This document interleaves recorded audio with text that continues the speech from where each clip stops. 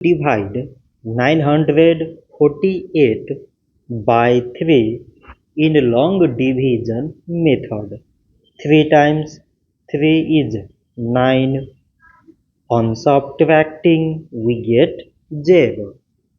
So now we put down this 4 and 3 times 1 is 3. On subtracting we get 1. So again we put down this 8 and it is 18. So 3 times 6 is 18.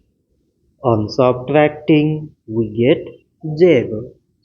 So 948 divided by 3 is 316. So this much for today and thanks for watching.